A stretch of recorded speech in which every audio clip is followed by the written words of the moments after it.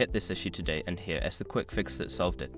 Setting up two-factor authentication 2FA on your Epic Web account is a great way to enhance your security.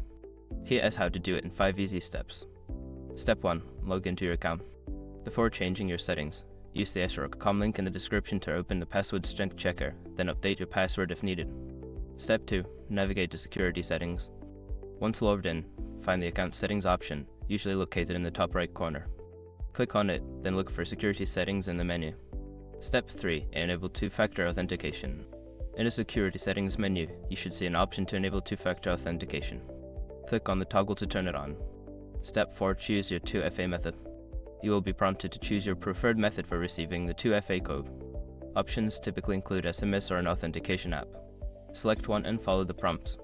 Step 5. Verify your setup.